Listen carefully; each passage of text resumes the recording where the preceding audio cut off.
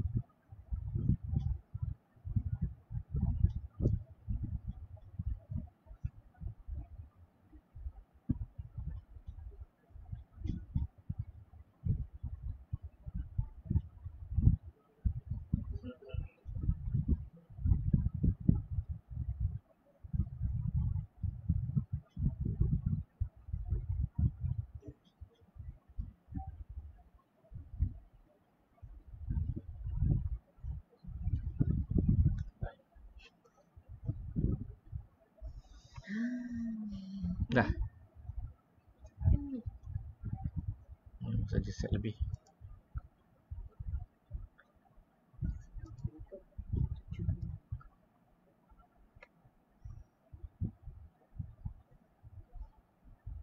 Berdepan.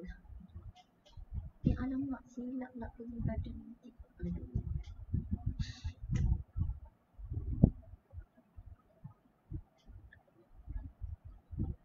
Tekan sini je. Tekan sana. Itu nak tanya yang senang. Kedai kita.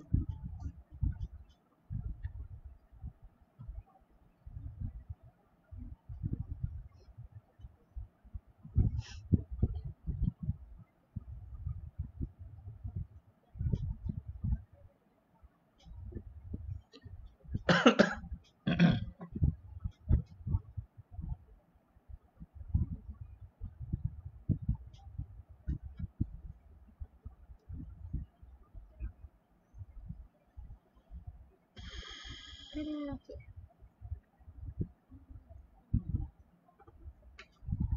Dah. Okay, kalau bersama nampak tak? Silap.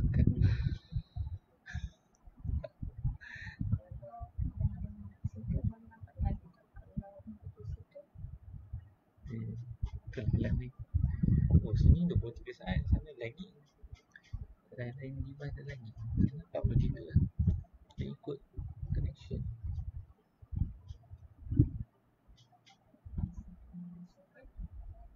Tujuh. Sini 7 viewer. Kalau sini 8. 7 viewer lagi. Tips di sini. Boleh live Instagram. Live. 100. Like Instagram. Tak nak. Maksudnya dekat sini lah. Ini kena lipat ya. Saya tekan sana. Tak button bulat.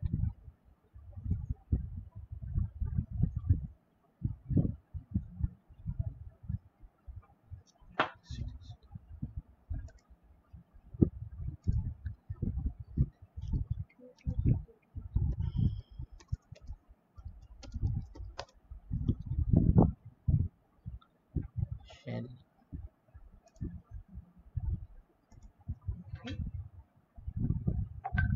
Ini nanti kita macam ni. Tak ada tukang pegang.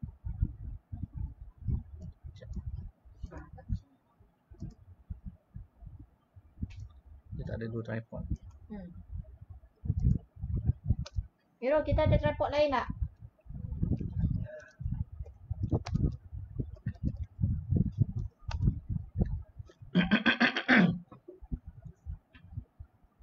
Dah.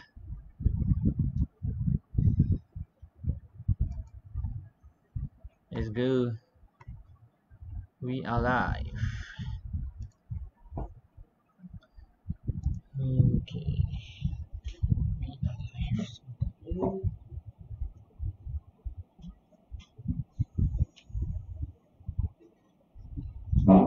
Okay. Live. Tekan.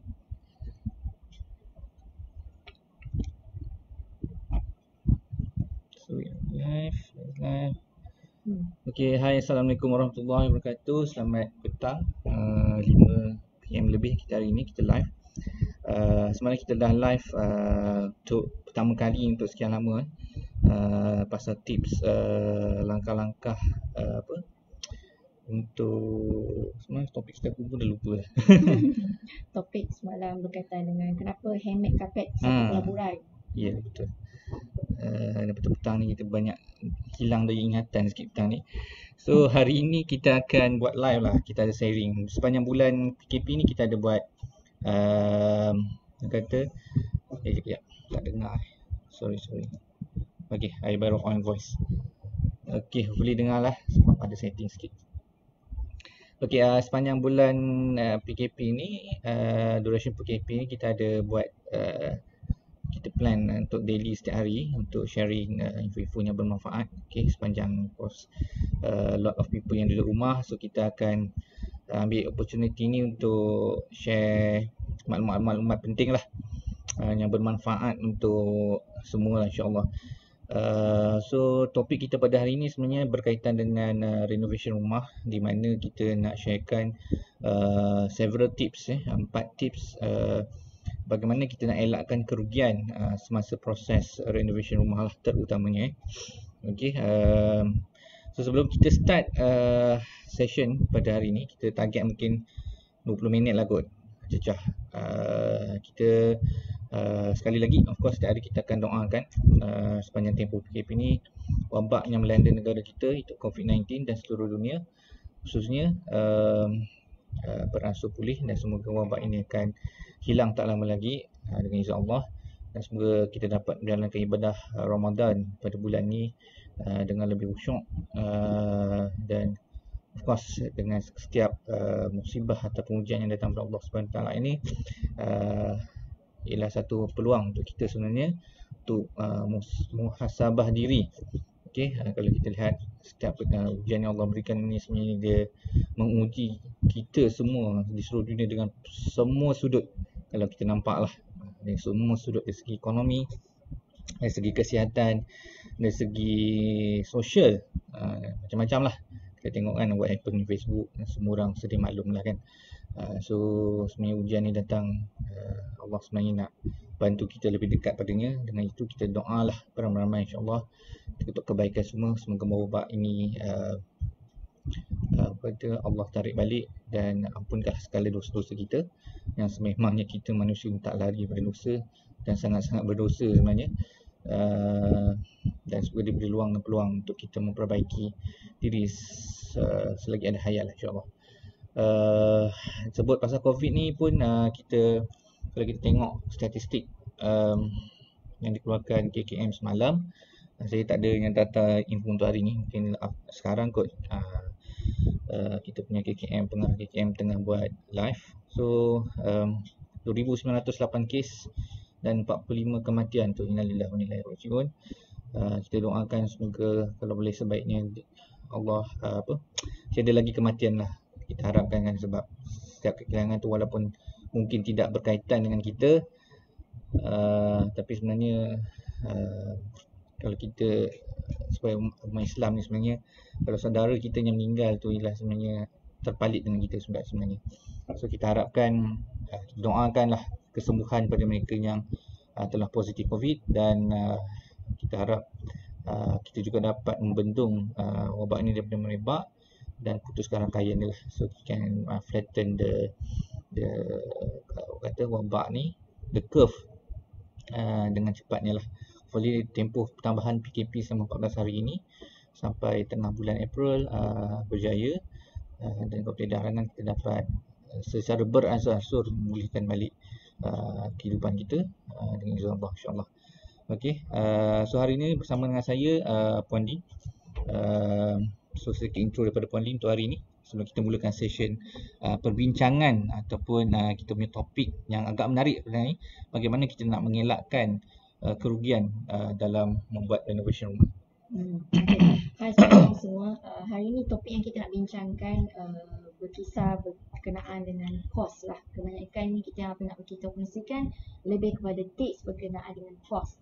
Sebab yang ini antara masalah yang biasa berlaku, yang kita hadapi, ramai juga hadapi kan, memandangkan bila nak baik pulih rumah, nak tambah baik pula tambah baik rumah lagi kan, melibatkan kos tertentu.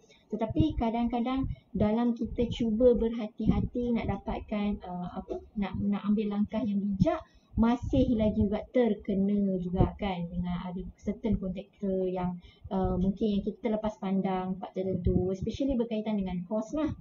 So hari ni kita nak kongsikan tips dan juga kata isu-isu yang selalu biasanya kita terima ataupun yang apa yang kami tahu based on perkongsian dari customer kami juga kan, biasanya apa yang mereka hadapi, and then kita cuba bantu. Dengan hari ni kita kongsikan supaya lebih ramai tahu apa yang patut dan apa yang tak patut, macam itulah, apa yang patut dilakukan, apa yang tak dilakukan. So harap semua kalau mana yang follow kami live hari ni boleh bersama kami sehingga akhir live kami ni. InsyaAllah banyak tips yang kami kongsikan nanti. Okey, untuk mereka yang berada di Instagram, maaflah kita tak dapat nak officially live secara ni. So tapi kalau anda dapat di Facebook, kami sebenarnya live, so dia lebih formal. So yang ni kita just kata Instagram ni just nak maklumkan kita sebenarnya sedang live di Facebook untuk kongsikan topik pada hari ini yang saya rasa sangat-sangat bermanfaat untuk especially untuk mereka yang memang ada hajat untuk buat renovation rumah dalam masa sama ada yang dalam masa terdekat ataupun masa yang mungkin tak tahulah, mungkin tahun depan ke atau mungkin ada plan. Maksudnya dah ada perancangan, cuma ni tunggu masa je kan. So bermula daripada sekarang. Macam itulah. Okay. Alright, so kita bismillahirrahmanirrahim, kita mulakan topik kita pada hari ini. Again, nama saya Afar dan sebelah saya Puan Lee. So kita mulakan topik kita pada hari ini dengan poin kita yang pertama, mengenai renovation rumah. Okay.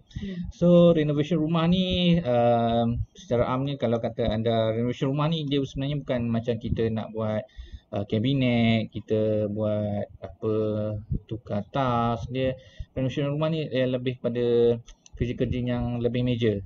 Lebih major ni maksudnya lebih banyak kerja lah. Contohnya ada benda kita khususkan dalam wet work, kita ada kerja-kerja carpentry, kita ada kerja-kerja electrical, plumbing, what not. Ini lebih pada renovation lah. So kerja-kerja kasar dan kerja-kerja halus yang terlibat sebenarnya untuk renovation rumah. Dan ia juga sama ada pembinaan yang tidak melibatkan extension ataupun pembinaan yang melibatkan extension ataupun penambahan struktur rumah ataupun struktur premis anda lah.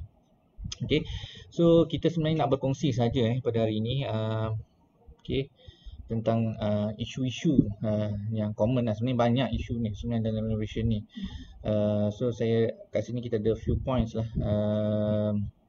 isu-isu yang sangat biasa kita dengar kalau kita tengok di slide di belah kiri window anda, labu dan debu, kontraktor lari kan. Okey, sekejap. Okey, mana yang follow kami secara live di IG ni, sebenarnya kami live formally di FB. Okey. So mungkin dekat kalau anda follow kami live di FB, anda akan nampak topik dan tips yang kami kongsikan melalui dengan skrin kecil lah. Ada skrin comel kat situ anda nampak. Tapi kalau di IG ni mungkin anda nampak kami sembang secara video macam ni je lah kan. So kalau anda boleh log in terus ke Facebook pun okey juga kalau nak tahu lebih lanjut. So mungkin supaya anda tak terlepas poin-poin penting yang kami kongsikan di skrin. Okey. Boleh juga ajak inform yang lain memang yang ada berniat tahu untuk berminat untuk buat renovation. So rasanya ini masih sesuai untuk dengarkan pada kami live pada kami. Harap boleh pergi di page Facebook kami lah. Okay, kalau ada sebarang soalan ataupun boleh letak di ruang komen, sama ada di live Instagram ataupun di Facebook, ataupun boleh WhatsApp kami sekarang ataupun after the session. Okay, so saya teruskan dengan topik ni. So isu-isu dalam renovation ni, labu dan lebu, kontraktor lari. So inilah isu yang common biasa kita dengar, dan ini sebenarnya menimbulkan satu perception yang tidak baik pada, khususnya pada kontraktor lah, kontraktor dan juga tukang rumah. Sebenarnya dia ada banyak kontraktor dan tukang rumah ni dua entiti yang berbeza. So labu dan lebu macam few cases yang kita lihat yang kita tahu kebanyakan orang kadang dia hire kontraktor tu, kadang dah bayar deposit 50-60% what not, kerja tu selalu sangkut di tengah jalan. Dan kadang benda tu sangkut bukan sebab kontraktor lari, kadang ada few item sebenarnya. So benda-benda ni sebenarnya kita nak kongsi dari pengalaman kami dan juga dari pengalaman sahabat-sahabat kami yang juga dalam bidang yang sama, kenapa perkara ni berlaku, labu dan lebu ni. Okay, and then dari segi isu yang kedua, kebanyakan owner dia nak berjimat tapi akhirnya dia bayar lagi banyak sebenarnya. Kenapa benda ni berlaku sebenarnya? Dia nak berjimat tapi akhirnya bayar lagi banyak. Ni sebenarnya dia ada banyak elemen yang berkaitan kat sini. Kejap lagi saya elaborate lah. So poin yang ketiga ialah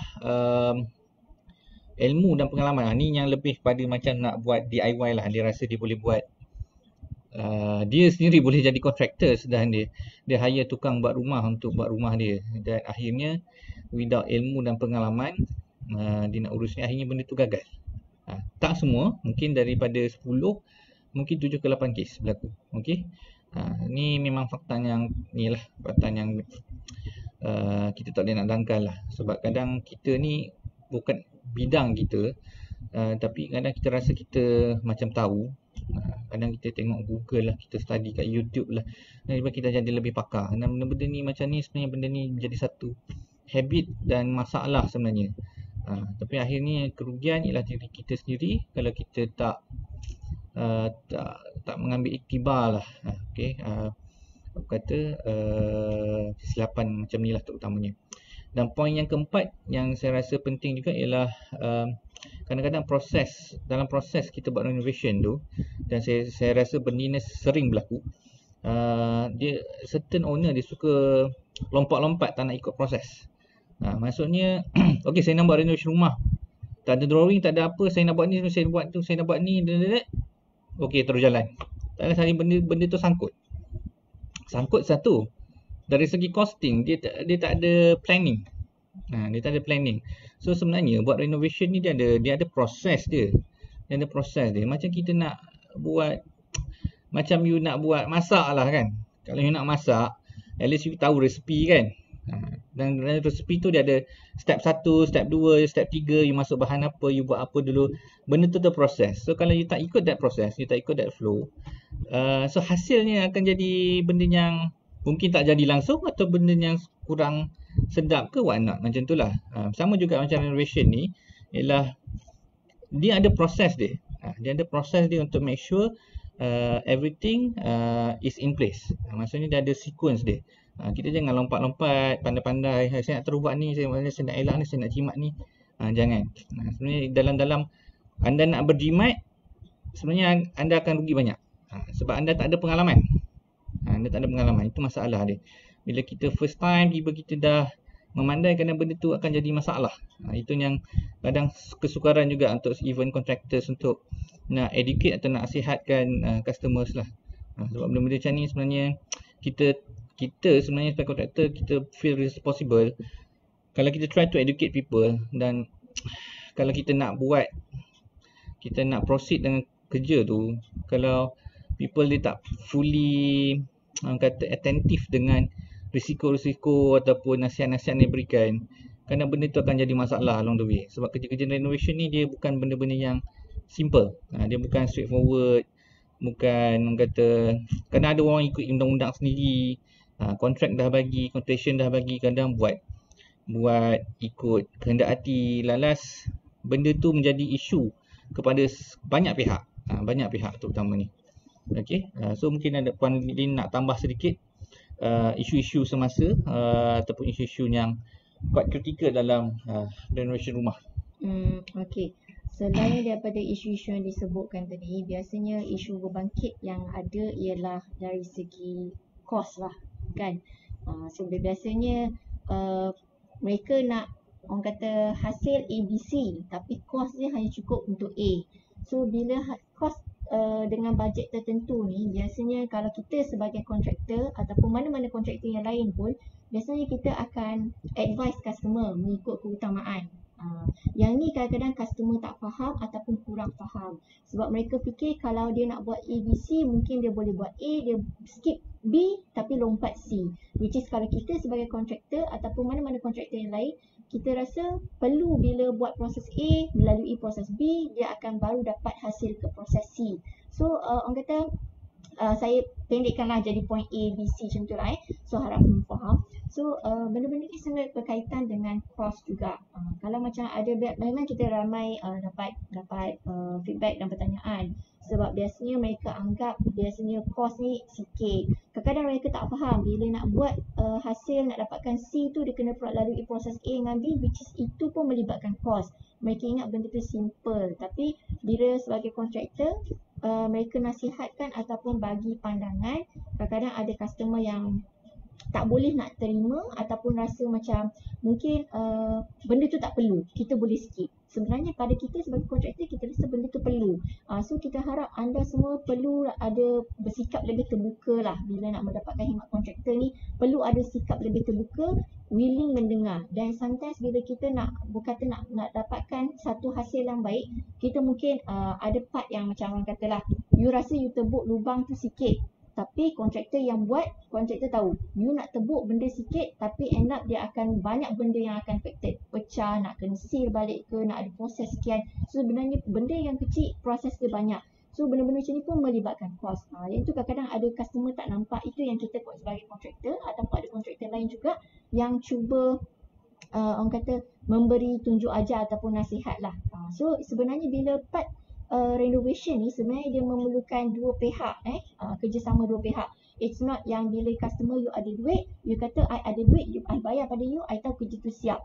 Tapi bila contractor advice, you tak nak mendengar. Bila tak nak mendengar, kalau mungkin you tak expect hasil dia macam ni, kontraktor tu pula mungkin buat kerja akan jadi macam ni. So bila macam tu akan berlaku kesilapan yang tak dijangka. Kan mungkin yang tak sangka, you tak tahu pula benda tu akan jadi macam ni. End up bila kena buat balik, dah kos lagi, dah bazir masa lagi. So itu yang ingin kami kongsikan, betapa pentingnya isu-isu berkaitan yang hangat berkaitan dengan renovation ni. Okay. So itulah isu-isunya. Kita berbalik-balik pada topik hari ini, iaitu tips bagaimana kita nak elakkan kerugian yang kita sebutkan tadi semasa kita nak buat renovation nantilah. Okay, kerugian. Maksudnya bila kita buat pelaburan, kita nak make sure benda tu menjadi. Maksudnya bila kita bayar something, kita nak benda tu hasilnya menjadi. Dan tetapi untuk dapatkan itu, dia ada proses-proses dia yang kena lalui. Contohnya kalau kita ada certain budget, tapi kita kena tahu apa yang kita nak buat tu kehendak versus dengan budget. You kena tengok, you kena balancekan benda tu. Itu yang kedua lah. Dan ketiga ialah dari segi anda kena bersifat terbuka dan anda kena bersifat profesional, dan juga anda kena bersifat jangan gunakan konsep customer social right. Salah tu. Sebab ini adalah bidang profesional, bidang-bidang teknikal. Kalau ia bukan bidang anda, kita ada prosesnya untuk kita dua-dua belah pihak ini kita boleh kata converge ke jalan yang sama. Maksudnya kita goes to one direction rather than nanti kontraktor pergi ke kiri, owner pergi ke kanan. So benda tu akan jadi diverge dan akibatnya dua-dua rugi. Itu yang kita tak nak sebenarnya. Inilah kerugian-kerugian dalam renovation yang biasa berlaku. It's about communication sebenarnya. Dan poin yang keempat ialah about, again, this is the process. Jangan lompat-lompat proses. Dia ada prosedur dia, ada benda yang kita tengah buat. So anda kena lebih terbuka dan lebih ingin dapatkan maklumat yang lebih informatif, bukannya sekadar prediction ataupun anda punya perception sendirilah. Okay, so kita bergerak ke point-point. Ni isu dia. So ni isu dia. Sekarang ni kita nak pergi ke tips dia lepas ni. Yes. Okay, so tips dia, bagaimana kita nak elakkan kerugian semasa proses renovation. Ini poin yang paling pertama ni, saya paling suka sebut. Sebab apa? Jangan hire contractor sebab harga paling murah. Anda of course, kalau contractor akan nak select contractor, nak pilih, minta quotation ke what not, all the process, tengok background. That's tu common punya konsep. Tak ada masalah, tengok dia punya background, tengok dia punya portfolio, tengok dia register dengan CLDB, ada SSM ke what not. Tu benda-benda tu perlulah of course. Kadang anda just ambil tukar-tukar upah harian kan. Benda-benda tu semua dia ada pro and cons dia. Tapi benda yang paling penting kat sini ialah kita kena faham konsep jangan hire contractor sebab harga dia yang paling murah. Itu adalah konsep yang paling salah. Sebenarnya kita tengok perspektif dia macam ni. Ahli perniagaan dia cuba maksimiskan dia punya profit. Okey. Manakala pembeli ataupun owner ke what not, dia cuba memaksimiskan dia punya mengurangkan kos dia. So benda tu sebenarnya dia inverse. Dia bertelagah sebenarnya. Kontraktor ataupun businessman nak profit tinggi, tapi owner nak kata kos yang paling murah. Kan benda tu tak boleh nak shake hand. That's why dalam perniagaan, dalam ekonomi, biasanya kita kena tengok benda tu, dia ada satu balance point kita panggil. This is where kita converge dan kita shake hand. Okay, this is the price yang kontraktor willing tu orang kata buat kerja dengan jaminan spek-spek yang dia bagi, harga tersebut, dan customer juga agree dengan harga tersebut. Ni panggil akad lah. Saya agree dengan harga awak, subjek awak tunaikan apa yang awak dah bagi spek lah. Macam tu, itulah gunanya quotation kan. So tapi kalau anda minta harga paling rendah anda ambil, kontraktor A, B, C semua bagi quite average, lebih kurang sama lah, mungkin ada lebih sikit one not kan. Tiba-tiba seorang paling rendah dan anda pilih dia kan. Tapi mungkin anda tak pernah tertanya ke kenapa benda tu berlaku kan. Sebab benda-benda macam ni sebenarnya kita kena faham. Kita faham anda ada bajet anda tertentu, tapi rules yang paling mudah ialah jangan pilih contractors because of harga sahaja. Gunakan faktor-faktor lain, pengalaman dia, hasil kerja dia kan.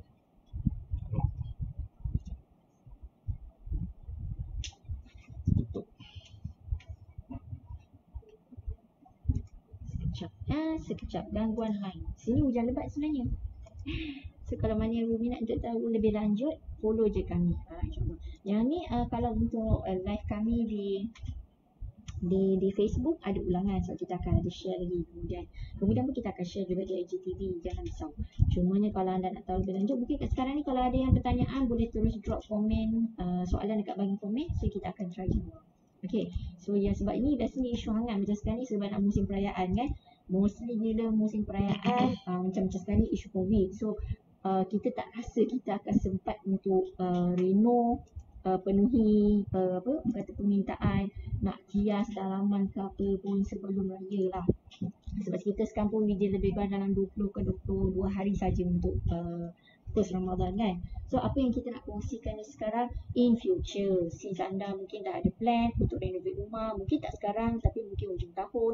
Tapi apa yang kita nak kongsikan sekarang ni ialah orang kata tips ataupun perjalanan macam mana dapatkan kontraktor yang boleh dipercayai dan insyaAllah boleh deliver dengan sebaik mengikut bajet anda dan juga boleh dapat apa yang anda macam tu. So kita tak nak nanti ada customer yang macam sebab ada isu sebelum ni macam yang kita cuba kongsikan sebab ada customer kata dia dah bayar kontraktor sekian puluh ribu, bukan sikit tau, 10,000, tapi 4 bulan kerja pun tak jalan langsung.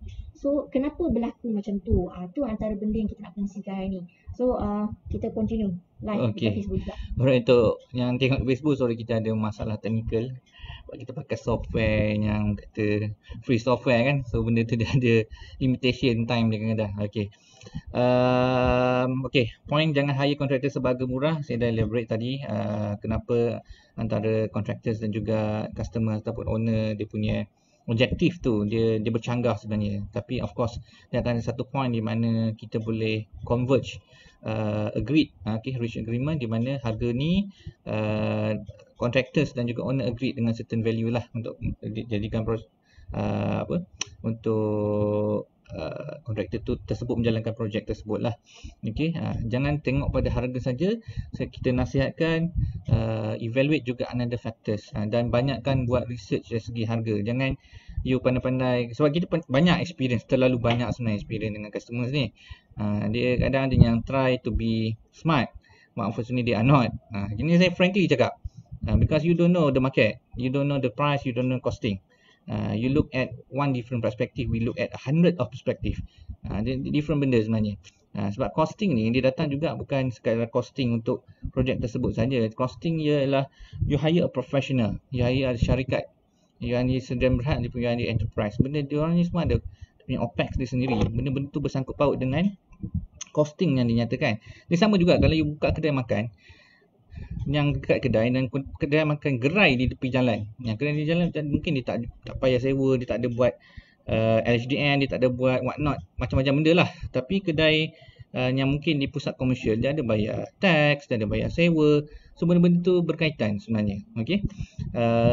So tips yang pertama, jangan hire kontraktor sebab harga yang paling murah, tapi hire sebab mereka mampu lakukan kerja tersebut sebaik mungkin dan juga dia adalah satu chemistry antara dua pihak lah. You kena selesa dengan kontraktor, kena selesa dengan customer, dan customer kena selesa dengan contractors. Kalau tidak, bila first stage tu ada masalah communication antara customer dan contractors, benda tak akan jadi good lah. Percayalah, based on our experience lah. You have to have mutual respect dan toleransi antara kedua-dua belah pihak. So point yang kedua, mungkin Puan Linda boleh highlightkan 4 tips untuk elakkan kerugian dalam renovation rumah. Back to saya punya second point. Second point untuk antara tips untuk elakkan kerugian ialah buat proper design, termasuk lukisan plan dan interior design. Yang ini lukisan dimaksudkan lebih kepada floor plan, elevation drawing, kan. Ada yang dapatkan khidmat ID, mereka siap buat 3D drawing untuk interior semua sekali, landscape, tak kisahlah nak interior ke exterior punya ke. So apa yang kami sangat galakkan, jika sebelum anda mulakan proses renovation ni, sebaiknya dapatkan khidmat nasihat specialist macam ni lah, ID kontraktor ke arkitek ke, kan, terutama yang katakan anda ada satu bidang tanah, nak mula buat satu structure building yang baru, nak buat satu rumah yang baru. First, biasanya bila kita nak dapatkan selain designer ialah arkitek lah. Sebab benda-benda macam ni, bila anda nak buat satu building yang baru, kita perlu dapatkan kelulusan daripada pihak yang legal lah, macam majlis apa semua, kan. So arkitek lulus, tengok drawing cantik, ada safety semua, and then submit pada majlis lulus, baru anda boleh build. Bayangkan kalau anda ada tanah, just anda plan, lukis sendiri, katakan sketch dekat A4 paper, and then terus bagi dekat kontraktor ataupun tukang buat rumah yang biasa yang anda hire biasa-biasa je. Anda cakap, saya nak buat macam ni, saiz bilik macam ni, saiz ruang living macam ni. Katakanlah ada kesilapan, masa dah siap semua structure building, tiba ada piping dalaman, kan, wiring ada berlaku kesilapan which is tak mengikut spek untuk keselamatan. So dia akan membawa satu kerugian which is katalah anak pembetulan kena mula balik, pecahkan balik, benda macam tu.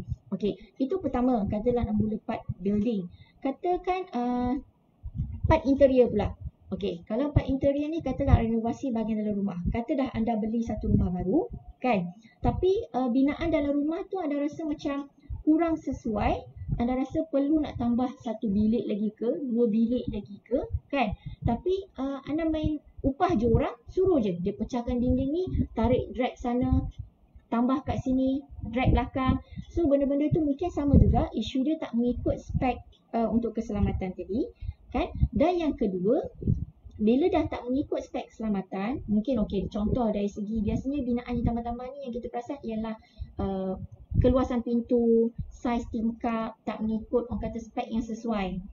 So bila macam tu ataupun anda rasa macam main tambah bilik, tiba-tiba part wiring tak buat, kan? Untuk bumbung siling main tarik je asal boleh. Rupanya tak buat wiring, rupanya bilik air dah tak ada plumbing bawah, dah tak tarik. So kalau nak buat lagi sekali, maksudnya anda kena pecahkan balik benda dah siap tu, kan? Anda kena buat balik daripada orang kata mula daripada scratch balik. Dah benda macam tu. So tak ke membazir masa, tak ke membazirkan duit, kan? Sebab dah buat satu kos, nak pecahkan balik kos balik, dan nak buat balik lagi sekali. So dah 3 kali kos. So that's why kita cakap bila nak buat renovation ni apa semua, kita amat menggalakkan jika anda letak certain amount untuk dapatkan khidmat specialist macam tadi, arkitek ataupun interior designer ke apa, sebelum anda mulakan proses renovasi, supaya proses ni tadi tak akan ada berlaku kerugian jika kalau ada kesilapan semasa pembinaan. Itu yang kita cuba tekankan. So bila dah ada lukisan, dah ada plan yang cantik, kita dah tahu workflow macam mana, apa yang patut buat dulu, apa yang patut buat kemudian, and then follow je the process. So secara tak langsung, masa jimat, kos pun jimat. InsyaAllah tak ada berlaku orang kata kerugian dalam masa proses pembinaan. And then orang kata workflow tu cantik sahaja. Tu yang penting. Okey, saya tambahan sikit lah sebab item nombor 2 ni dia penting sebenarnya. Dia sama je, dalam sebelum kita buat sesuatu tindakan, kita perlu ada perancangan. Simple je macam tu. Kita ingat macam tu. You nak buat something, you have to have a plan lah. Kita kena perlu merancang dulu. Dari situ sebab kita kena ada objektif. Kalau kita nak buat rumah, apa objektif kita? Okey, apa bajet kita? Itulah perkara saya nak objektif saya nak sekian-sekian. Itulah your vision. Apa yang nak capai. Kan? And then you have to know what's your budget, realistic budget. Budget ni tak kena seri kata I tak buat lagi, I tak tahu you kot lah. I mana tahu macam mana nak budget, kan? Budget ni sebenarnya ialah how much money yang you willing to spend. Itu sebenarnya kita bukan tanya you based on construction yang you nak buat, what is the budget. Itu memang tugas kita untuk kira. Tetapi yang kita kata budget ni ialah you kena faham. Tuan-tuan, perempuan kena faham. Budget yang kita tanya ni ialah is about your money. How much is you willing to spend? Kalau you kata ada you 1 million sekalipun, tapi kalau you not willing to spend 1 million, you're only willing to spend 300,000 contoh, that is basically your budget. Kan? I just want to allocate 300,000 for this project. Project tu mungkin akan nilai dia mungkin kurang ataupun mungkin lebih. Dari situ baru kita boleh starting point untuk kita buat discussion sebenarnya. Kita sebenarnya kontraktor ni kita boleh evaluate daripada perbincangan awal based on you punya requirement, you nak tambah apa, kita boleh bagi rough estimate harga berapa. So daripada situ barulah kita boleh tengok you punya budget macam mana. So kalau kata you dah fix punya budget, kata 200,000 contoh kan, dan daripada situ baru kita akan discuss macam mana kita nak try to meet budget. Meet your budget based on apa yang you boleh buat lah. Maksudnya apa yang you boleh buat untuk meet the budget. Kadang kita susah nak cakap budget ni, kadang apa yang kita budget mungkin over budget, kadang kita under budget, so dia susah. Tapi at least yang penting sekali ialah anda perlu aware, anda sendiri yang kena set sendiri how much money that you willing to spend. It's not how much money you have, it's how much money you willing to spend to make that happen. Macam you nak beli kereta kan, you mesti dah ada budget. Saya boleh beli kereta 50,000 tazir, walaupun saya ada dalam akaun ada 500,000 contoh. I just want to spend 50,000 to buy a car. So what is the car that within that 50,000 range? Itu yang kita sebenarnya nak tahu, kan? Itu is the first step of the planning. And then the second planning is before you buat something, of course the perancangan dia ialah you kena ada something yang visible, yang you boleh quantify. Visible dan quantify ni bermaksud lukisan lah. Kalau you nak buat rumah, you perlu ada lukisan. Lukisan ni ialah ada macam-macam jenis lukisan. Lukisan yang pertama ialah lukisan kejuruteraan arkitek lah. Architecture drawing ataupun lukisan yang biasanya kalau kita buat submission pada majlis perbandaran ialah ataupun lukisan yang biasa kalau kita guna untuk construction ialah lukisan plan, lukisan elevation drawing kan, benda-benda macam tu. You kena ada. Sebab apa kita perlu ada? Sebab lukisan inilah yang kita akan guna pakai semasa pembinaan nanti. Lukisan inilah yang menjadi terma dan syarat kontrak kita. Sebab itulah, kat situlah ada datanya, infonya tentang ukuran yang kita akan buat, material apa yang akan kita pakai, tinggi mana, macam mana bentuknya, strukturnya dekat mana, pintunya dekat mana, tingkapnya dekat mana, kipas dekat mana, electrical appliance dekat mana, longkang dekat mana. Semua dalam drawing tu kan. So benda tu dah jadi salah satu kata contractual document untuk anda dan juga contractors. Kalau benda ni tak ada kan, benda ni tak ada, dia akan menjadi satu permasalahan sebab anda nak refer pada apa bila anda nak buat nanti. Kontraktor nak refer pada apa dan anda juga sebagai customer nak refer pada apa. Banyak terjadi kes-kes sebelum ni kita aware yang banyak klien kita pun kadang ada cerita pasal masalah-masalah mereka ialah kadang dia minta contractors quote something, quote quite major renovation juga. Biasa kalau kita buat tu dekat 40 muka surat, dia dapat satu muka surat saja, lump sum price sekian, tu je. So apa orang kata reference, kita panggil terms of reference. Saya dulu kerja Petronas, okay, kalau saya bekas engineer lah. Benda-benda dokumen ni penting. Terms of reference, you nak refer pada apa dokumen, okay? You nak design pasal apa, dia bagi satu muka surat, lump sum price. Nak buat apa? Based on design. Design apa? Kan? Pintu kat mana? Longkang kat mana? Lampu kat mana? Berapa banyak lampu? Berapa banyak downlight? Berapa banyak power outlet? Kan? DB dekat mana? Atap macam mana? Atap jenis apa? So benda-benda macam tu. So kalau you tak ada design, you tak buat drawing tu, you dah buat the first major steps. Sebab tu will to spend money for architectural design. At least kalau you nak buat ni major renovation dia tak sebut pasal kata saya nak panjangkan dapur setakat 3 kaki je.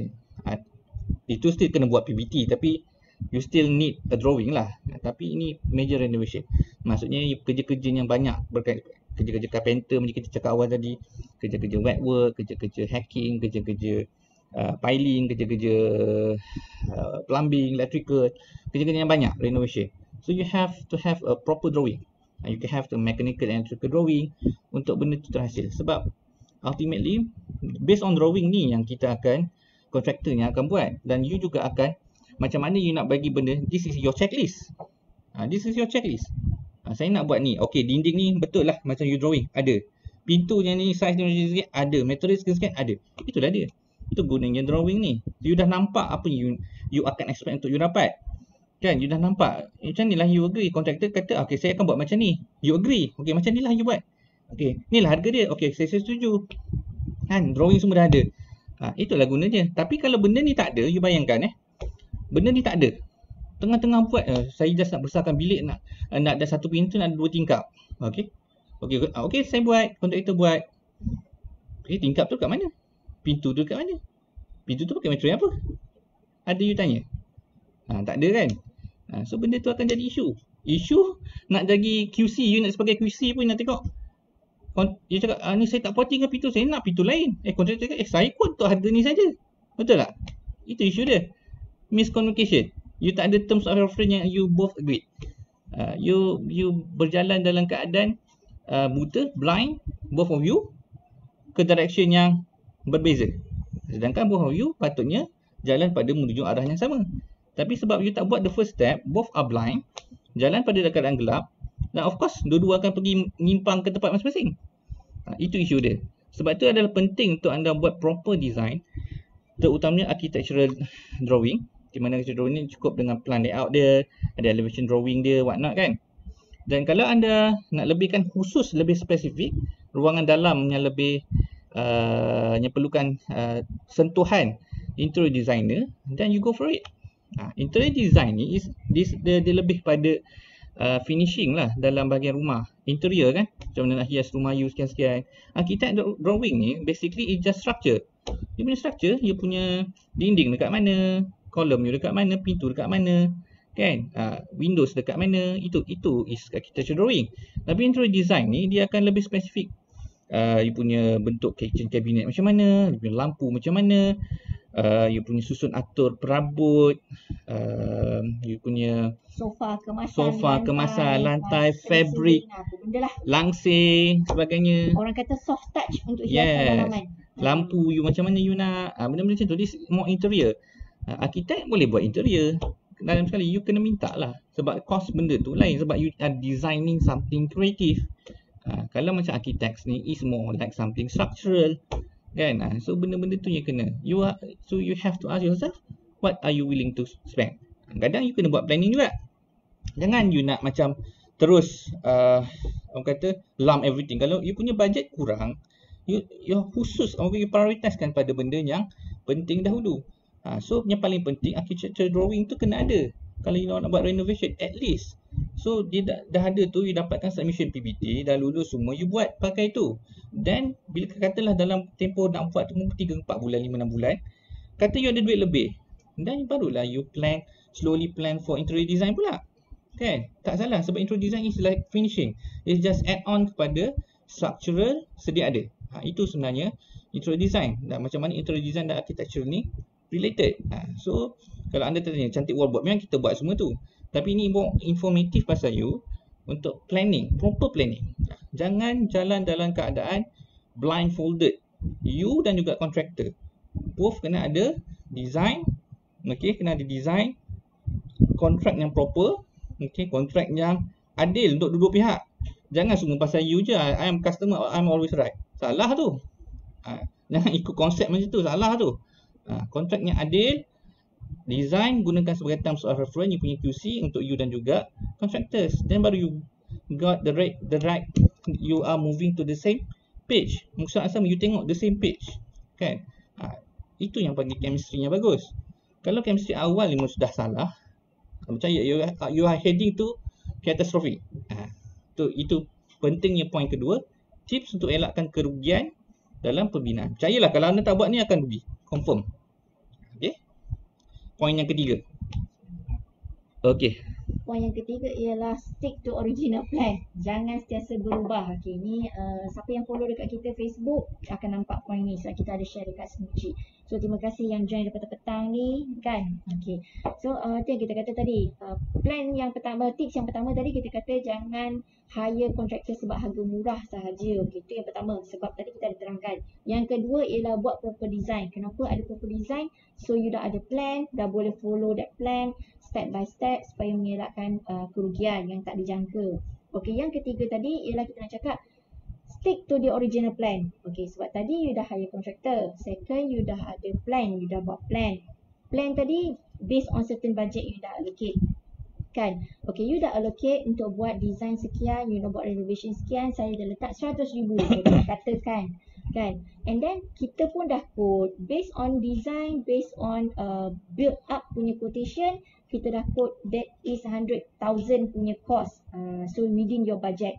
Okay, and then proses yang seterusnya of course kita must nak build up lah apa yang di plan tadi based on paper, based on yang kita dah quote tadi kan. So apa yang kita nak cakap sini ialah stick to original plan.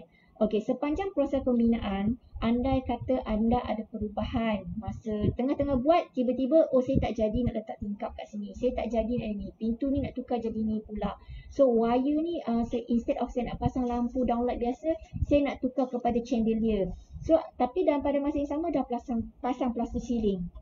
Okey, apa kita nak cakap? Salah satu benda-benda macam ni yang akan merubah kos semasa. Okey, sebab bila merubah kos semasa, macam contoh, kita dah buat plaster ceiling khas untuk downlight. Tiba-tiba anda kata nak pasang chandelier 3 layer.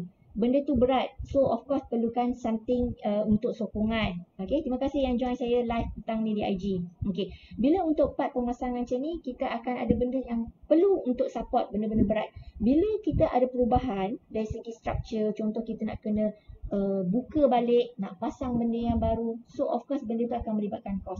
Melibatkan kos tambahan ni, which is yang bila kita cakap dengan tuan rumah, kadang tuan rumah tu yang tak jangka. Benda ni macam, oh I thought it's a small issue, I thought it's a small cost. Tak, sebenarnya still akan melibatkan cost tertentu. Sebab you dah pasang, macam kita cakap, you dah pasang, you nak buka satu kos lagi, you nak pasang balik satu kos yang baru. So dah melibatkan 3 kali orang kata kerja kan. So melibatkan kos lah. Dan kos tu bukan melibatkan RM1 je, melibatkan masa juga. Sebab bila kita buat untuk pembinaan kan, untuk interior ke structure ke, so benda ni akan melibatkan kita akan set satu jadual. Contoh dengan masa sekian apa semua, and then kita dah set benda ni akan siap dalam tempoh sebulan katakan kan. Tapi disebabkan ada pertambahan-pertambahan ataupun orang kata ada perubahan sikit-sikit yang ada rasa sedikit, tapi sebenarnya benda tu still ambil masa juga untuk dibuat dan disiapkan. So secara tak langsung masa jadual kerja kita dah bertambah. Bila jadual kerja kita dah bertambah kan, so kita kat sini dah tentu kita akan ada pertambahan kos, terutama kos pekerja lah. Kan, itu bukan kos kerja ya, pertambahan kos untuk bahan juga, bahan kerja tadi. So melibatkan apa yang you nak buat. That's why kita cakap, kita bila you dah ada satu plan, stick to that original plan. Jangan ubah-ubah suka-suka hati. Jangan simply rasa macam I tiba-tiba nak rasa macam ni, I rasa suka pintu ni macam ni. Sebab sama juga case, bila dalam drawing you dah buat satu pintu, tiba-tiba you rasa macam, oh untuk entrance I nak tukar pintu berkembar 2 daun kiri kanan. So of course benda tu katalah kita dah naik batu, dah ikat, dah skim, tiba nak pecah balik. Cost juga tu. Okay. Keyshaw, generally what's the cost to renovate a whole apart 116 square feet? Okay, basically this question, it depends on what do you need, what concept do you need. For the whole 160 square feet tu, apa yang you perlukan. Because basically this kalau untuk renovation ni kita nak tahu apa yang you punya details. Dari segi ukuran tu satu part. Kita nak tahu based on konsep renovation bila you nak apa. Sebab benda-benda ni details dari segi ukuran and then bahan yang akan diguna pakai, benda-benda macam tu lah. Itu that's yang kata secara roughly figure lah kita nak cakap. Sebab I tak boleh nak quote harga untuk 10 square feet ni, 1610 square feet ni. Sebab I tak tahu apa you nak. You nak renovate apa? You nak pecahkan lantai ke? You nak naik satu bilik baru untuk besar tu ke? And then lantai you nak tambah apa? Untuk tile saja ke? Ataupun you nak tambah SPC ke? So benda-benda macam ni, it basically kena pergi go through the details lah. So harap yang jawapan ni pun secara roughly pun I boleh membantu untuk beri jawapan, menjawab soalan you. Okay? Okay, alright. Pertambahan untuk poin yang ketiga, stick to original plan. Okay, kalau tadi kita sebut pasal proses yang kedua ialah planning. So bila anda plan yang pertama tu anda dah buat dengan baik, you dah ada drawings, you dah ada good contract, you dah ada orang kata persefahaman tentang harga, stick to it. Jangan berubah banyak sangat. Minor changes is still okay. Tapi jangan sentiasa along the way katalah projek tu kata ambil masa 6 bulan. Dalam tempoh 6 bulan tu anda tekan hampir semua anda nak tukar. Colour ni tak nak lah, tak nak ni. Benda tu akan jadi out of planning. So dia akan jadi haywire. You have to be firm. Apa yang you nak awal-awal. Masa planning awal-awal tu, masa anda buat design tu, anda dah kena firm. Betul-betul firm. Mungkin at least 95% of your ideas anda dah populatekan dalam anda punya drawings tu. Okay, bersama dengan your architects, dengan interior designer anda lah. Okay, firm dengan tu. And then mungkin masa pembinaan yang anda nampak, okay, this mungkin something yang bukan saya nak, mungkin saya nak something a little bit different. Then you akan kena discuss. Sebab benda ni kadang dia changes tu, dia akan kita melibatkan, kita panggil variation order. Maksudnya kalau anything yang deviate daripada plan asal ataupun sesuatu yang kita dah agree antara contractor dan juga owner, benda ni kita kena discuss. Dia bukan just simply I want this, I want that, I want that. No, it won't work like that. You have to be mutually respected lah to your contractors. Kan, you kena berkomunikasi dengan cara yang berhemah. You want something, we can deliver, but it come with certain impact. It can impact the cost, it can impact the time. Ada dua benda impact, cost dan time. Dan juga kalau kita panggil impact, kita moral impact lah, pekerja. Kita tengok macam mana benda-benda macam tu. Kadang benda-benda ni ada melibatkan banyak factors. So changes tu boleh di-apply, tapi try minimizekan any changes yang anda nak buat compared ataupun versus dengan apa yang telah di-agree. Maksudnya design anda, you punya architect drawings, you punya interior design drawing, semua dah firm. Sorry. So semua benda tu dah kena stick to it lah sebaiknya. Okay, sebab kita banyak pengalaman lah along the way, kadang nak tukar ni, nak tukar tu, nak tukar ni, pengsan yang buat. Memang banyak impact. Kadang orang nak free je, kadang orang tak consider. So kita susah nak cakap. Kadang sampai satu tahap kita rasa benda ni just not worth it. Kadang benda tu dah kadang kita punya tolerance tu kita dah bagi sampai benda tu dah jadi tak ada untung, rugi banyak. Tu yang kita tak nak sebenarnya. Kadang kita ni baik hati sangat sebenarnya. Kita orang ni masalahnya kita tak apalah, boleh okey lah, tak apalah okey. Tapi so kita learn from the experience. Kita kata this cannot, we have to agree. Kita kena respect apa yang kita dah agree. That's why kena ada chemistry yang bagus antara contractor juga owner lah. Be respectful lah. Kita tak nak first stage nanti ni, kita cakap secara general untuk semua contractors pun, you have to start respect each other lah. Maksudnya contractor respect owner, owner respect contractors, and then the chemistry is good, the planning is good, everything is good, the human factor is good, the design is good. So you akan dapat hasil ni, insyaAllah. Ni sebab moral psikologi juga sebenarnya. Kalau benda ni tak jaga, contractor pressure, pekerja dia pressure, hasil dia memang ke laut, confirm.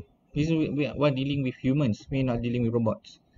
So benda ni kena ada toleration. Dan perkara yang paling anda perlu ingat ialah bila kita nak buat sesuatu dalam dunia ni, even renovation, is you don't expect anything to be perfect. Nobody can make anything perfect. Percayalah, even hotel buat macam mana, there's no such thing as perfect. So there is room for improvement, yes, but perfect no. Okay, so kita kena agree. Okay, so kita goes to point number 4, point terakhir kita hari ni, 4 tips untuk mengelakkan kerugian. Untuk mengelakkan kerugian. Sebelum kita mulakan point terakhir ni, pada anda yang ada pertanyaan, boleh dibilangkan ruang IG ataupun Facebook kami. Sebenarnya kita live di Facebook so kalau anda nak tengok lebih formal, go to Facebook, our Facebook page untuk tengok live kami. Dekat situ anda tinggalkan soalan-soalan di ruang komen ataupun boleh WhatsApp kami kemudian lah di 018-466-7033. Nombor kami ada di mana-mana, di IG, dia ada website, di Facebook kami. Okay, so anda boleh, kalau anda tahu lebih lanjut tentang Cantik Wall, anda boleh browse website kami, boleh tengok Instagram kami, boleh tengok Facebook kami. We have been established since 2016, so we are not new lah. So kalau anyone yang berminat dengan khidmat kami, InsyaAllah kami boleh bantulah.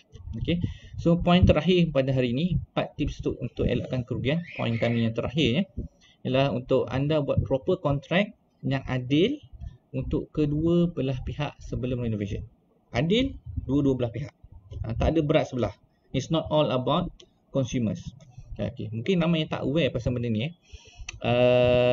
Kalau macam pengguna, owner, anda ada semua akta perlindungan yang anda nak, semua ada. Tribunal pengguna, anda ada mahkamah, anda ada KPDNKK, aku tak ingat apa nama. KPDNKK. So anda ada banyak perlindungan. Tapi untuk contractors, we don't have anyone. Kita report lah polis kalau orang tak bayar, tak dapat duit. That's the thing. Kalau you kerja dengan, you buat kontrak dengan government, is different lah. Tapi of course still, kalau you buat naik mahkamah pun, you akan banyak habis duit daripada you akan dapat duit. That's the thing. Sebab tu dah kita kena ada trust tu. Bukan saja contractor kena trust owner, owner kena trust contractors, both side. Itu isu dia. Then you have to respect kontrak yang you buat. Kontrak yang adil antara contractor dan juga owner. Okay, sekejap Okay, how much is your price range for per square feet? Okay. Yang ni macam kita dah jawab tadi soalan di atas, Puan Liza. Basically untuk harga, sebab untuk renovation ni kita nak kena tengok detail apa yang diperlukan, apa yang tuan rumah nak. So based on renovation, you nak renovate apa? Kalau contoh nak renovate satu bilik, kan, kata nak tambah bilik. So bila nak renovate bilik tu kita nak tahu luas dia besar mana, lantai dia nak pakai apa, simen biasa ke, nak tambah tiles ke, SPC ke, kan, you nak pakai marbles ke. Okey, itu satu. Contoh pula untuk bahagian pintu you nak pakai macam mana, pintu bifold ke, you nak pintu tolak biasa, daun biasa yang murah tu ke. So basically untuk part harga ni renovation kita akan bergantung kepada details ataupun keperluan apa yang diperlukan. Nak perlu tambah bilik air ke, kalau macam tu part plumbing, ada wiring, so benda-benda macam tu lah. That's why kita susah nak cakap bila ditanya price range, is subject to owner punya, tuan rumah punya kehendak ataupun keperluan, dan juga berapa bajet. Yang penting bajet. You dah allocate some budget. Contoh nak extend dapur, my budget is 25,000 untuk size macam ni. Nak drag belakang lagi, extend belakang lebih kurang 10 kaki di belakang. Boleh tak? 25,000 tu boleh tak I buat? Boleh benda tu jadi boleh berlaku ke tidak within ni budget 25,000 untuk 10 kaki tarik panjang. Macam tu kita akan bantu. Okay, sorry pada pengguna Facebook, kita punya ada kesilapan again technical error. So expect lah kalau duration sejam macam ni akan ada one of the time benda tu berlaku. Kita cuba ringkaskan, tapi Okay. sebab banyak sangat isu yang berbangkit dan kita cuba jawab dan explain sebaik mungkin lah. Alright, point terakhir, buat proper contract yang ada untuk kedua belah pihak. Okay, pastikan ada kontrak. Ini untuk renovation yang besar. Kalau renovation kecil tu ada cara yang lain lah. Buat proper contract, kontrak yang pertama isi antara isi dia lah deliverables yang both anda agree, kata acceptance criteria yang anda kena agree. Duration tu dia subjektif. Duration ni kena tengok betul-betul. Duration ni dia kena tengok lah, you have at least you plus 2 lah, macam tu lah. Contoh kalau yang anda expect 3 bulan, you just plus 2, siap-siap. Sebab there is a lot of uncertainty. Nak masa sekarang, okay, memang sangat-sangat banyak uncertainty. Okay, duration tu, kalau 3 bulan expect 5 months, kalau 6 bulan expect 8 months, macam tu lah. Sebab the longer is drag, sebenarnya is impact pada contractor more than customer. So itu yang contractor nak try elakkan. Tapi ada certain benda yang kadang-kadang di luar jangka dan benda-benda beyond control lah. Okay. So dalam kontrak tu kena kata billion lah. Kadang kita kena ada isu antara kontrak, macam tak deliver ke, ada benda. We have to sit and discuss lah. Jangan being too pushy ataupun too bossy. Both have to sit down and discuss. Contract we have to agree on that lah. Okay, tu satu. So saya just revise balik, recap balik. Pertama isu dan juga kedua ialah tips lah. So saya goes for tips macam mana untuk elakkan kerugian semasa buat proses renovation. Yang pertama, jangan pilih kontraktor based on harga yang paling murah.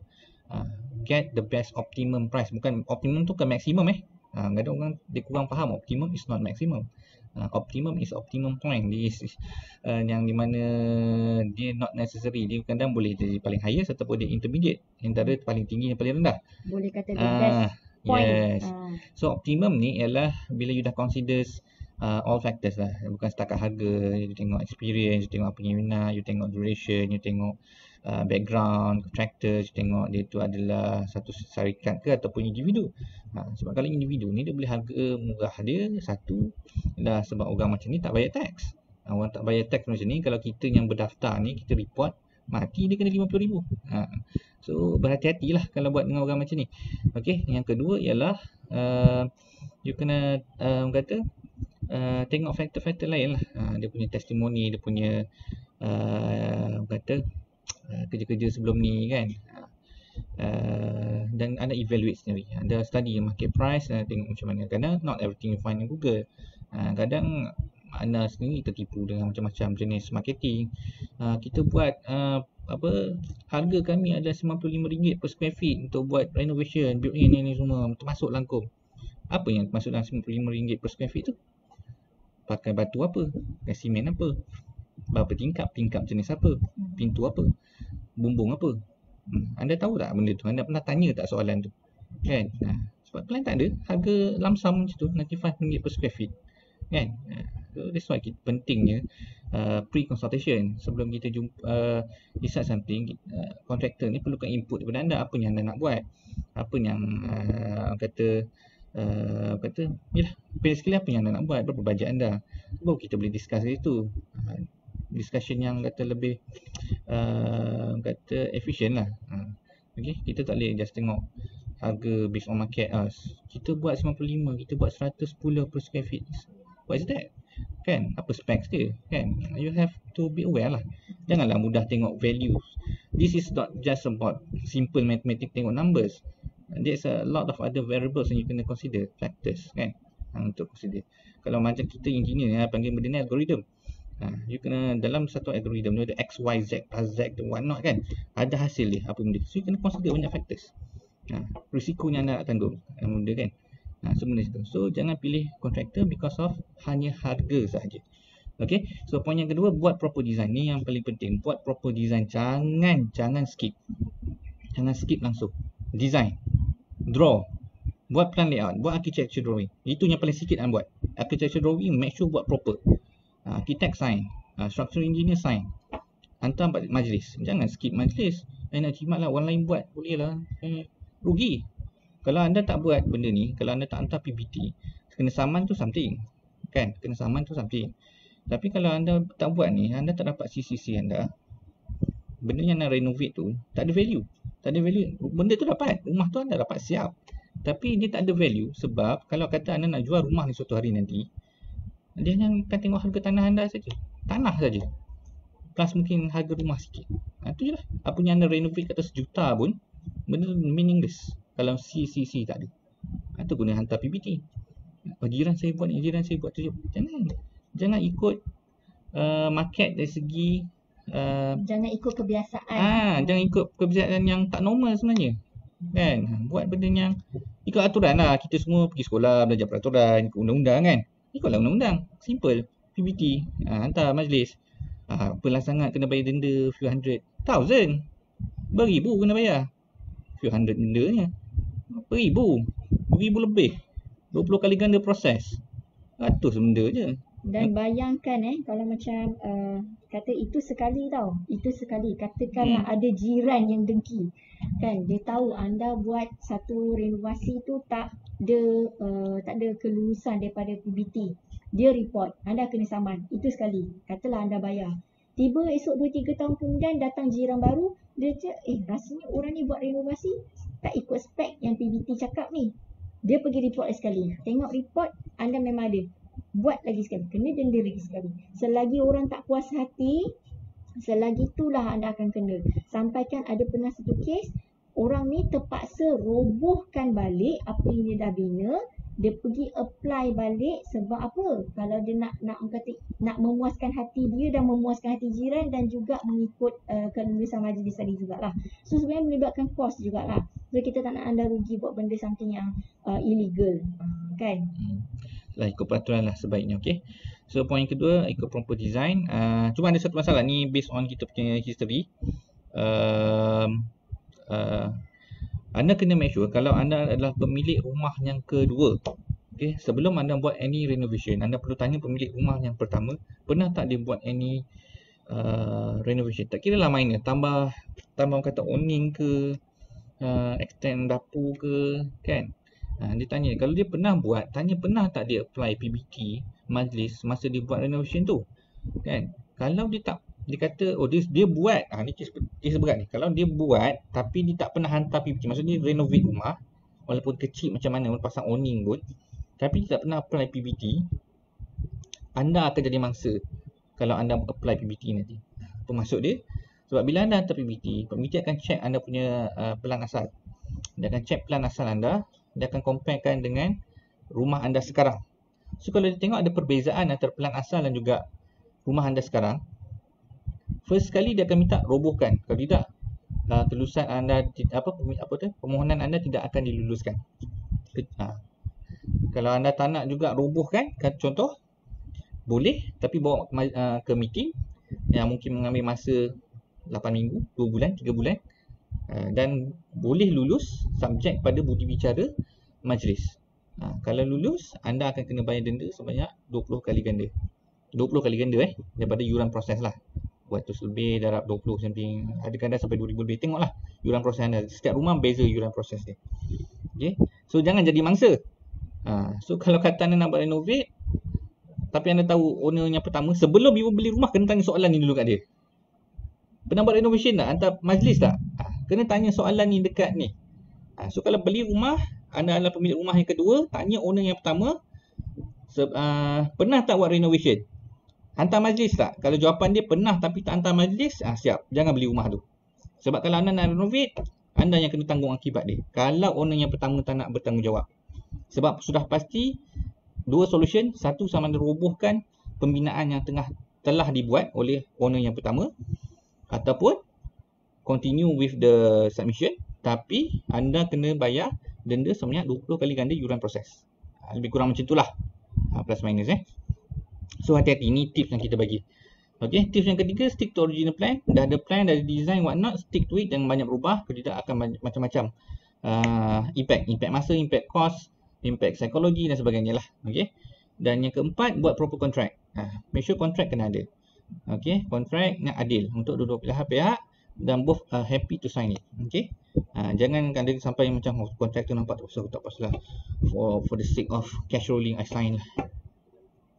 Jangan jadi yang mangsanya bukan anda bukan kontraktor tu, anda juga sendiri. Percayalah sebab kalau contractors tu dia buat kerja yang memang under value, dia buat rumah anda for the sake of buat, dia dah out of cash nanti, of course benda akan sangkut kan. So berhati-hatilah. So ini adalah antara tips-tips yang kita selalu bagi tahu kita punya potential customer ataupun prospect semasa nak buat renovation lah. Yang penting customer tu kena sedia mendengar lah. Banyak tanya pasal costing. Costing is another thing. So about your budget, about your planning, kesediaan anda untuk dengar, knowledge kan. So untuk elakkan benda-benda kerugian ni, get the professional advice because you want to get advice. Jangan you go to professional tapi anda tak dengar advice dia. Buat apa anda bayar dia kan? Kadang ada along the way tu dia pula yang jadi contractors, owner pula jadi contractor. Siapa yang contractor? Itu ada masalah dia. Okay, so you have to ni lah.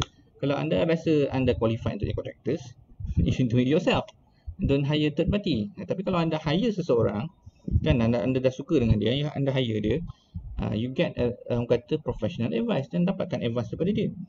Unless benda tu is something yang betul-betul invalid, then you discuss. So benda-benda yang lain lah. Okay, so berhati-hati masa nak buat renovation. Kami harapkan hari ini, session hari ini yang dekat sejam ni sangat mendatangkan manfaat kepada anda semua. It's quite a heavy topic sebenarnya, banyak lagi yang untuk dikongsikan, tapi hari ini kita sekarang cukup sejam lah kongsikan topik-topik ni. So again, pada siapa yang ada soalan ataupun pertanyaan ataupun minat mendapatkan khidmat kami, boleh utarakan di bahagian komen ataupun WhatsApp kami. Sepanjang PKP ni kami still working online, working home, kita tak boleh pergi ke mana-mana. So business still we have to run. Dan orang tanya juga macam mana kita nak proses, kalau sebelum nak dapat proses you macam mana? Because we have to wait after PKP lah. But some preliminary work boleh dibuat. Macam design ni you can just on paper, you can do it anytime kan. So dekat office pun kita boleh buat. So some preliminary work boleh buat sekarang, tak semestinya kena tunggu after PKP lah. Itu yang kita bercakap. Okay, so again put aside this topic again. Kita juga sebagai rakyat Malaysia, kita bertanggungjawab untuk menyampaikan maklumat kepada anda. Stay at home everyone. Saya harap semua yang menonton ataupun semua rakyat Malaysia khususnya dan semua rakyat di dunia ni, kita akan bebas COVID dalam masa dekat. Semoga doa-doa kita dimakbulkan, semoga doa anda dimakbulkan, semua sihat.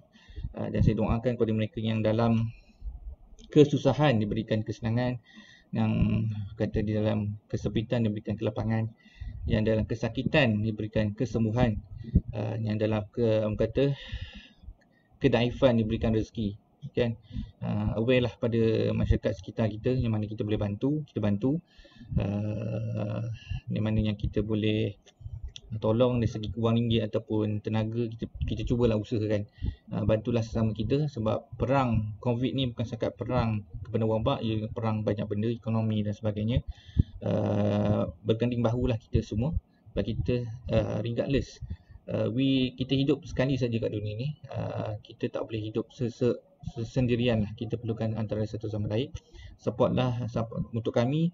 Harap anda support lah perniagaan kami, support lah perniagaan rakan-rakan kami, support lah SME. Dan untuk kami harap menjadi syarikat yang dapat memberikan manfaat kepada anda semua. Dan manfaat itu juga untuk, of course, dalam memberi ruang pekerjaan kepada masyarakat negara Malaysia lah, of course. Dan dengan ini saya dan Puan Lee mengucapkan ribuan terima kasih kepada mereka yang sudi menonton session kami pada hari ini. Dan again, besok ya, kami ada setiap hari pada hari ini dan sampai hujung April kita ada live dengan topik-topik yang berbeza. InsyaAllah kita akan hadirkan topik-topik yang insyaAllah mendatangkan info yang bermanfaat untuk anda lah. Itu yang kita harapkan. So kata-kata akhir daripada Puan Lee. Saya tak banyak nak cakap apa lah, sebab tadi kita dah banyak kongsikan kan. Yang kebanyakan soalan-soalan ni sebenarnya case isu yang berulang. Kita pun dah cuba jawab sebisa mungkin. Level yang personally datang pada kita, WhatsApp ke apa pun, sama juga ada yang mereka bertanya dan juga berkongsi. So kita cuba menjawab dan memahami isu mereka sebisa lah. So apa kita nak cakap tadi, kalau mana yang follow kita dekat IG, kita sebenarnya live di Facebook. Officially kita live di Facebook. So bila di Facebook ni you akan nampak tips apa semua tu kita attach sekali on the big screen. Kalau dekat live IG ni yang tengok saya sekarang ni using my handphone ni, yang ini kita live on kata secara santai lah kan. So ad hoc. So you kalau macam nak tahu lebih detail, boleh back to kita punya Facebook page. Okay, pada yang follow kita di Facebook, pada yang follow kita di IG, jangan ada yang tak tahu sebenarnya kita memang aktif di media sosial selain Instagram dan Facebook. Kalau mana yang nak tahu, yes, kita basically kita main kita ialah customize carpet selain ID ni. Kalau untuk tengok design carpet, kita ada website cantikwall.com. Kalau untuk servis kita yang lain, boleh search kita di thecantikwall.com, thecantikwall.com. Okay, so dua website ni memang kita punya e-commerce dan juga kita punya blog sebenarnya. Kita banyak sharing kat situ. Untuk The Cantik Wall, kita punya servis kita share kat situ apa yang kita buat. Yang ni kita sharing semua material apa semua. Kalau yang dekat pada yang IG, follow kita dekat Facebook cantikwall.com, WhatsApp kita, nombor di Facebook page apa semua ada nombor kita. Okay, so battery dah low. Bye bye. Okay, kalau yang dekat Facebook page itu kan boleh follow kita dekat IG juga. Mana yang tak tahu, kita aktif di Instagram. Apa yang kita share kebanyakannya di Instagram. Ada some of the post terhad, so tak lepas masuk dekat Facebook kan. So boleh untuk tahu design yang kami lain-lain untuk carpet, boleh ke website cantikwall.com. Untuk servis kami thecantikwall.com. Nombor WhatsApp kami ada tertera di semua medium tadi kan. Di website kami cantikwall.com, e-commerce kami ada ikon chat, online chat. InsyaAllah kita akan balas dalam tempoh working hours. Kalau anda kata kita lambat reply sebab message masuk berdiri kan, so kita akan boleh back to melalui email ataupun nombor WhatsApp yang anda tinggalkan. Okay, so sebenarnya medium untuk menghubungi kami melalui WhatsApp, online chat dan juga email.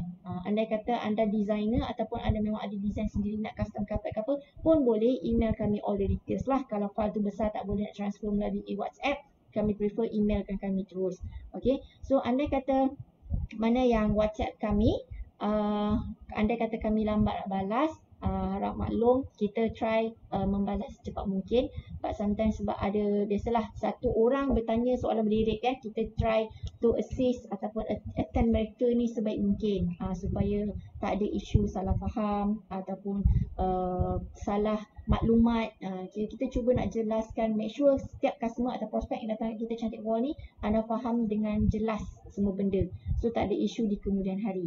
Okay, ini sebab untuk part design, untuk part interior service apa semua tadi, renovation, boleh je melalui saya Puan Ling dan juga Afa kan. Nombor kita 0184667033 dan juga 019 9144 nombor telefon ping dah. Okay, so lagi satu kita nak share pada yang follow kami hingga akhir, sebenarnya kita ada offer voucher bernilai RM250. Okay, macam mana cara nak dapatkan voucher RM250 ni? Dia ada terms and conditions tertentu. Yang pertama, kena WhatsApp kami. Sebab anda dah follow sampai akhir tadi kan, dah dengar kita 2 hari berturut, insyaAllah kita akan live sehingga akhir April ni. Dan kita cuba berkongsi maklumat yang untuk kebaikan semua pihak kan, untuk kebaikan customer dan juga yang lain-lain lah yang memerlukan khidmat kami juga. Okay, so untuk sekarang ni kita nak offer voucher RM250. Macam mana cara dia? Anda kena WhatsApp kami, nombor seperti di skrin 0184667033, teks voucher. So kita akan bagi anda link untuk isi details, maklumat, kan, maklumat seperti nama, email dan nombor telefon supaya kita boleh kongsikan link voucher tu. Okay, link voucher ni untuk anda sebagai new customer untuk buat pembelian apa semua tu, ada kat situ, ada kelebihan dia. So it's not simple kita bagi suka-suka je semua. Hanya anda yang teks kita sahaja akan valid dapat voucher. Okay, itu saja. Sekian. Wassalamualaikum warahmatullahi wabarakatuh. Assalamualaikum warahmatullahi wabarakatuh.